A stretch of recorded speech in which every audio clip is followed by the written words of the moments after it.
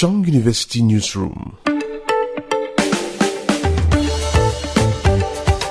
Chang University Newsroom, tous les lundis, mercredis et vendredis, écoutez votre podcast d'information, une production de la Radio Campus.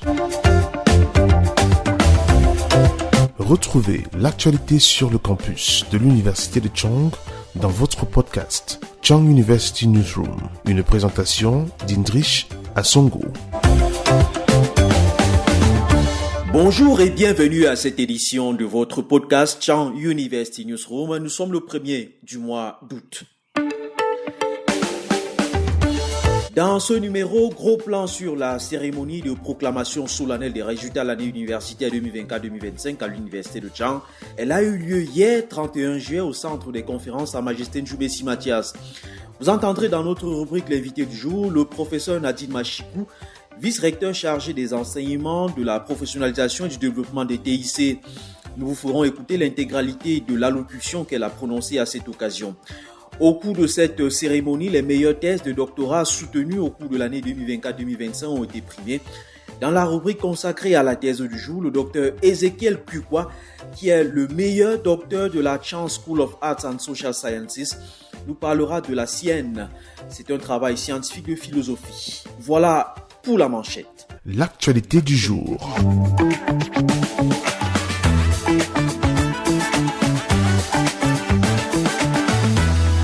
Exit donc l'année universitaire 2024-2025 à l'Université de Chang.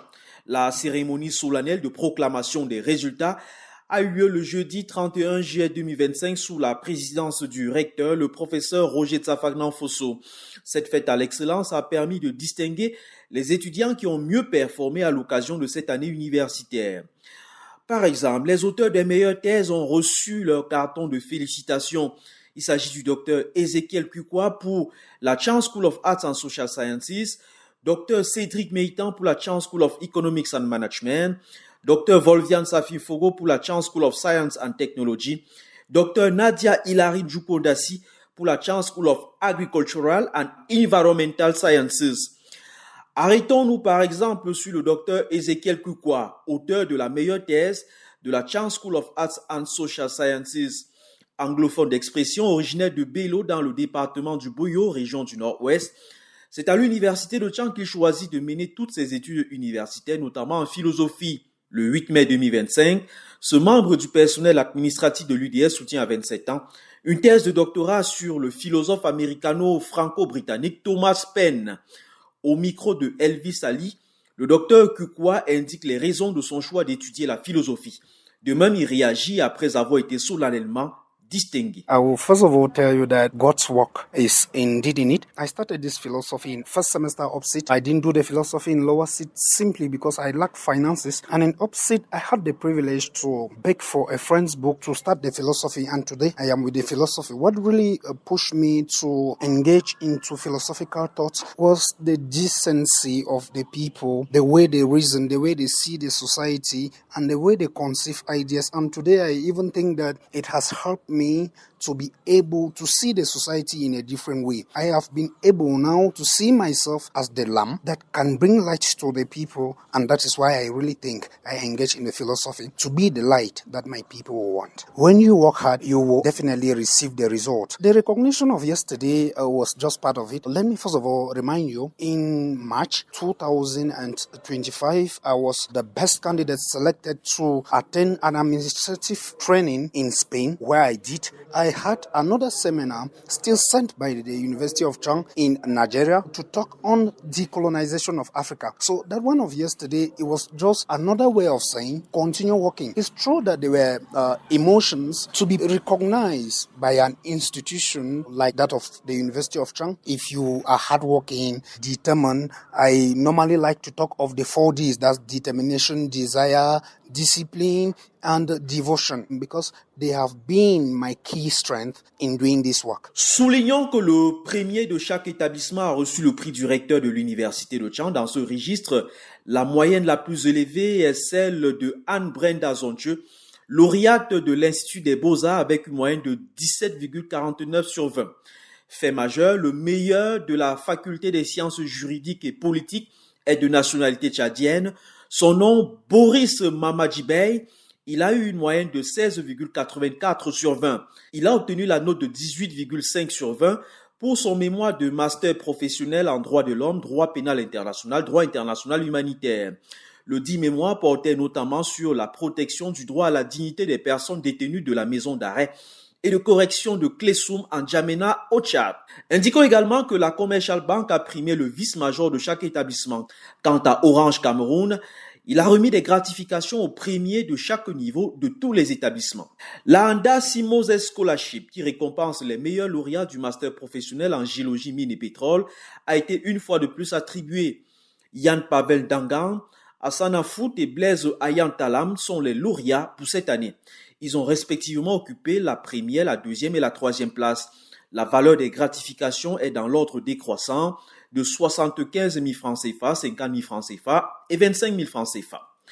Pour le reste, l'on connaît le taux de réussite de chaque établissement, 97,4% pour la faculté de médecine et des sciences pharmaceutiques, 94,91% pour l'Institut des Beaux-Arts, 76% pour l'IUT Photo-Victor, 88,26% pour la faculté d'agronomie et des sciences agricoles, 57,3% pour la faculté des sciences, 77,52% pour la faculté des sciences juridiques et politiques, 74,95% pour la faculté des sciences économiques et de gestion et 56,95% pour la faculté des lettres et sciences humaines. Taux global de réussite donc 74,26%. C'est toujours un plaisir de recevoir son attestation de réussite de façon solennelle. Je vous propose les réactions d'Emmanuel Djoko Guifo, vice-major du master en biologie clinique, et Emmanuel Perceval Tchoumeni Djimeli, vice-major du master en épidémiologie et santé publique, tous les deux à la faculté de médecine et des sciences pharmaceutiques. Je suis Djoko Guifo Emmanuel Cédric.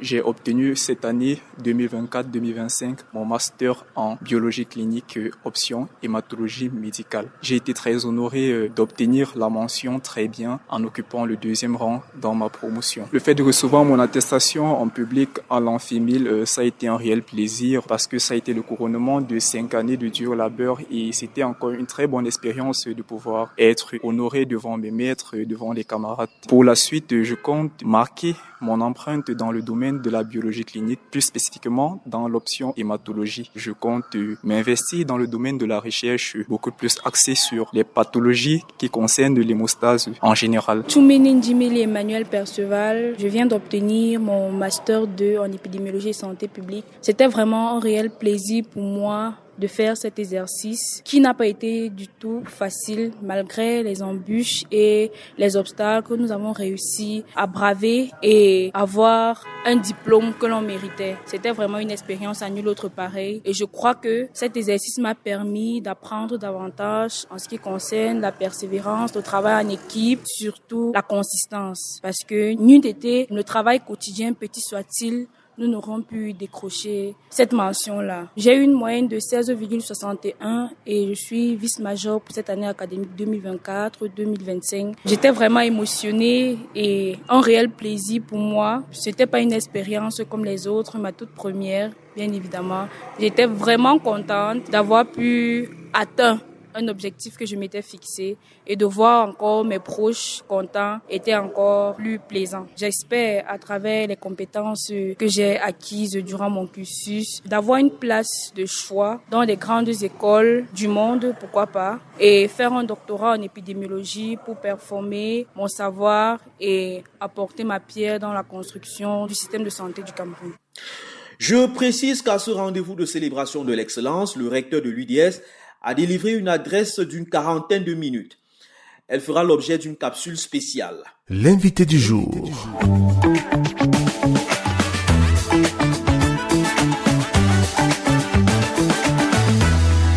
Comment s'est déployée l'Université de Tchang sur les plans académiques et scientifiques tout au long de l'année 2024-2025 ? C'est un peu à cette question qu'a répondu le vice-recteur chargé des enseignements, de la professionnalisation et du développement des TIC le 31 juillet 2025 au sein du centre des conférences du Messie Mathias. En guise d'invité du jour, nous vous servons cette allocution du professeur Nadine Machikou. Bienvenue à la célébration de l'excellence de la dynamique collective. Par les temps qui courent, une industrie à part entière s'est mise en place. Cette industrie sert à affaiblir les fondements de nos sociétés. C'est une industrie qui détruit la qualité de la vie académique, de la vie intellectuelle, de la vie sociale. En fait, c'est une industrie de la médiocrité. Les splendeurs de la médiocrité, la fascination qui est à la fois esthétique, elle est philosophique, elle est politique, elle est sociale. Et cette fascination qu'elle suscite est l'ennemi contre lequel l'université s'est levée, notre université. Contre l'effondrement de la distinction, contre le nivellement par le bas, contre l'aplatissement des sociétés, contre cette médiocrité ambiante qui se vend bien et de plus en plus, nous sommes tous debout en ce jour. Et cette médiocrité, elle est à la fois axiologique, elle est philosophique, elle est ontologique. Et au fond, la responsabilité de l'université, je le disais l'année dernière, ici même, est d'être la citadelle qui rayonne et qui éclaire la société. Au fond, l'université, notre université, qui vous accueille aujourd'hui, a la responsabilité de construire les idiomes, de se poser en îlot de résistance symbolique. Et au fond, cette résistance consiste à constituer l'université en un haut lieu de la recherche du meilleur, de la recherche du plus haut degré, de la recherche du plus excellent, de ce dont notre pays et nos sociétés ont besoin. Et c'est ainsi qu'au fond, en 2025, en cette année, notre université, alignée sur son référentiel de dynamique collective, derrière son chef, monsieur le recteur de l'université de Tchang, a reflété l'excellence sous des traits, au fond 3 traits que je soulignerai rapidement ici. Et pour le souligner, je partirai de formules latines. Je pense qu'il faut traduire l'excellence à partir de son ontologie. Et au fond, c'est probablement à partir de là que nous comprenons le sens de ce que nous faisons à l'université. 3 termes. Eximia, c'est-à-dire excellent, exceptionnel. Optima, c'est-à-dire meilleur. Et enfin, divinitas, c'est-à-dire l'excellence au sens divin du terme. Et en disant ces choses, au fond, à quoi nous invitons-vous aujourd'hui? Nous vous invitons au nom de ce qui est la quête fondamentale de nos sociétés, celle qui s'élève, celle qui recherche l'excellence, au fond, cette citadelle de lumière dont je parlais, ce lieu de connaissance et de vérité. Et je vais reprendre ici la formule, la devise historique des jésuites, ad maiorem Dei gloriam. Pourquoi faisons-nous ce que nous faisons? Et pourquoi êtes-vous ici aujourd'hui? Pour citer Ignace de Loyola plus exactement, le fondateur de la compagnie de Jésus, donc la compagnie des Jésuites, il dira ad maiorem Dei gloriam inque hominum salutem. Pour ceux qui ont fait leurs humanités, et j'espère qu'il y en a quelques-uns ici qui l'ont fait, j'ai eu le ravissant plaisir de faire du latin jusqu'en terminale. Nous travaillons pour la plus grande gloire de Dieu et pour le bien de l'humanité. C'est pour cela que nous sommes ici aujourd'hui. C'est pour, au nom de cette excellence que nous recherchons, que l'université de Tchang, la première université en Afrique centrale, est debout. C'est au nom d'elle qu'elle produit. C'est au nom de cette excellence qu'elle est dans cette dynamique collective alignée en rigueur, en excellence, pour construire encore et toujours, au nom de ce pourquoi nous travaillons, au nom de l'humanité que nous servons, l'excellence dont nous avons besoin d'éclairer nos sociétés. Honorables invités, mesdames et messieurs, en cette année académique 2024-2025, les territoires de l'excellence académique à l'université de Tchang, l'université la plus nationale de toutes les universités d'État au Cameroun, au nom de ses 6 campus déployés sur 4 régions, des 10 que compte notre pays, au nom de ses 3 annexes, de ses antennes, de son annexe, au nom de ses 8 établissements et des chefs d'établissement que je salue ici, au nom de ses 742 enseignants permanents, dont 138 professeurs titulaires, 199 maîtres de conférences, 293 chargés de cours, 119 assistants, au nom de ses 651 personnels non enseignants, au nom de son offre de formation, au nom de ses 20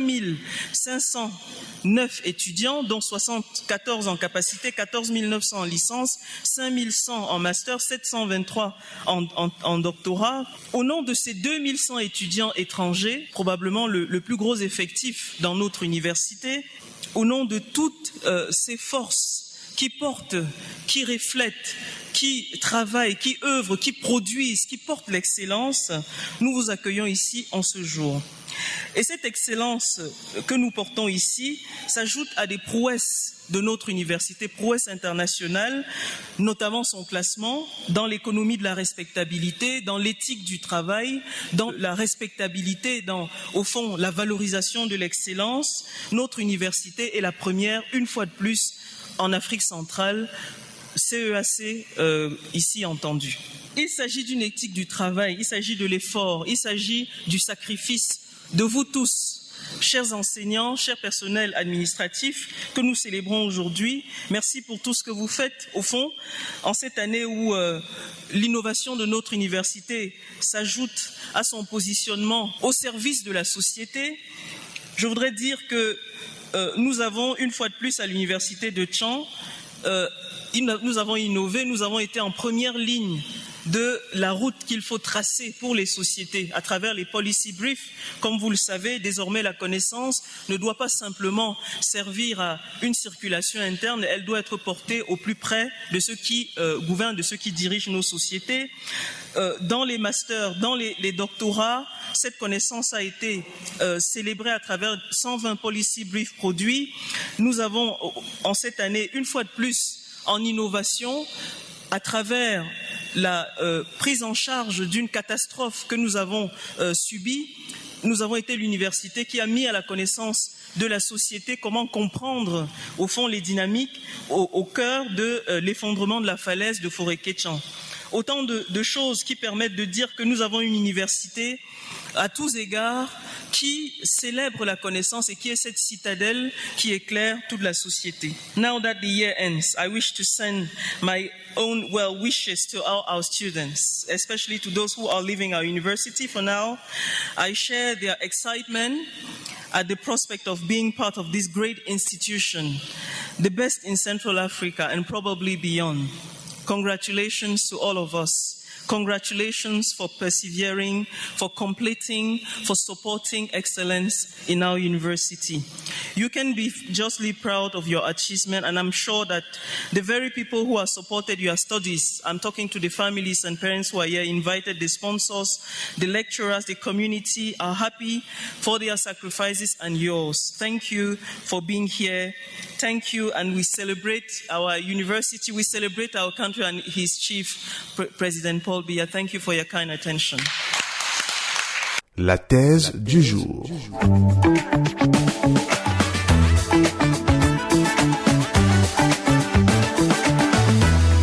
Comme je vous le disais en début de ce podcast, la Tchang School of Arts and Social Sciences de l'Université de Tchang a désigné la thèse du docteur Ezekiel Kukwa comme étant la meilleure soutenue au cours de l'année universitaire 2024-2025.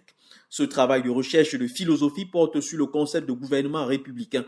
Dans la pensée de Thomas Paine, au micro de Elvis Ali, le jeune chercheur délivre le contenu de ce volume scientifique.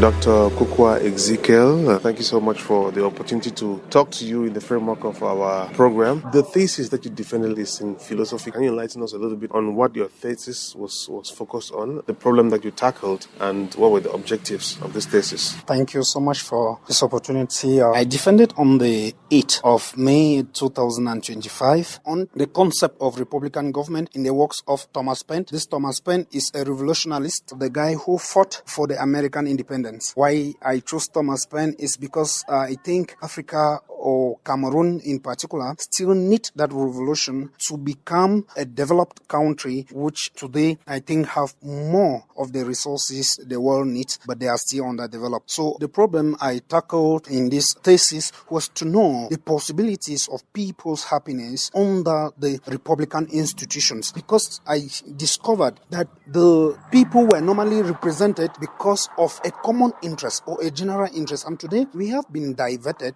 The representatives have diverted themselves away from the general interest to individual interest. And again, I have even discovered the lack of sincerity in the politics, even given the fact that when we send in our representatives or when we elect our leaders, they turn their offices into monarch offices. They become gradually monarchs, making it very difficult for the people to develop, making it very difficult for the people to even have a word, making their role very, very uncomfortable for the people. That is why I had to go into such a topic. When you went into such a problem to find out how such issues are affecting African societies, what kind of results did you obtain? And probably from there, are there some recommendations which you think the African people can benefit from it? In the context of this work, we realized that most of our leaders, especially African leaders, have become monarchs. Let me recall you something a European told me, that those who have schooled in Africa and do not have relations are very dull, and those who have competencies in Africa and are not having relations are very, very incompetent. So one of the results I had was the negativity in public offices towards the people. Another one is a form of monarchy being authorized by the people, wherein when they vote in, they even fail to control this voting. In their minds, political works of the people remains only in voting, forgetting that when you vote in, you also accompany the persons or the people you vote in to do their work. So I want to first recommend to the people of Africa, Cameroon in particular, that when you vote in people into offices, do not only allow them to run the offices, help them run the offices, because first of all, you have the National Bible. I like to call it the National Bible, which is the Constitution, because it is for everyone. And when the people go into the National Bible, they will definitely know how to manage these leaders they elect. I recommend a flexibility in participative democracy,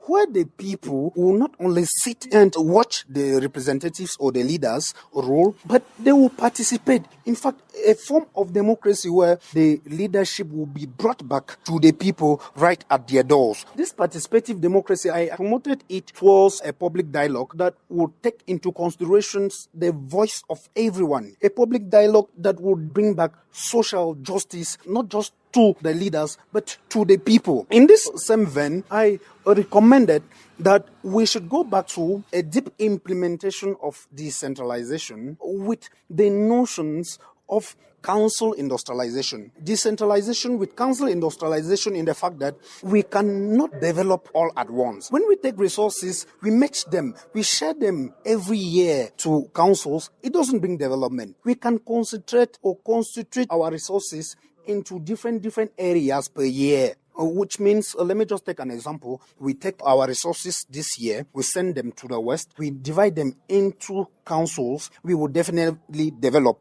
And in the next coming year, we will choose another region, and it goes the same. I think in less than 10 years, we will realize that we have attained a level of development that we could not. And let me also remind you, the development I'm talking about that will come in from decentralization is from bottom to top. Because if you start from top to bottom, it will definitely fail. Another recommendation I made was for us to establish an inclusive moral ground that will permit the way forward for a democratic future, for the generational role. I think our roles today, our constitutions today are being established in a way that the next generation will be able to rule without problems. And if we can go back to this National Bible I earlier mentioned, we will be sure of preserving the next generational resources for a democratic future. Thank you so much for your time. You are welcome, sir. Fin de ce podcast spécial consacré à la cérémonie officielle de proclamation des résultats de l'année 2024-2025 à l'Université de Tchang. Nous allons dans les prochaines éditions continuer de traiter cette actualité. Elvis Ali, Indrisha Songo, voilà le duo à la manœuvre pour rendre opérationnel ce concept radiophonique de Radio Campus UDS. Le tout sous la production de l'Université de Tchang. À très bientôt. Tchang University Newsroom. Tchang University Newsroom, tous les lundis, mercredis et vendredis, écoutez votre podcast d'information, une production de la Radio Campus. Retrouvez l'actualité sur le campus de l'Université de Tchang dans votre podcast. Chang University Newsroom, une présentation d'Indrish Asongo.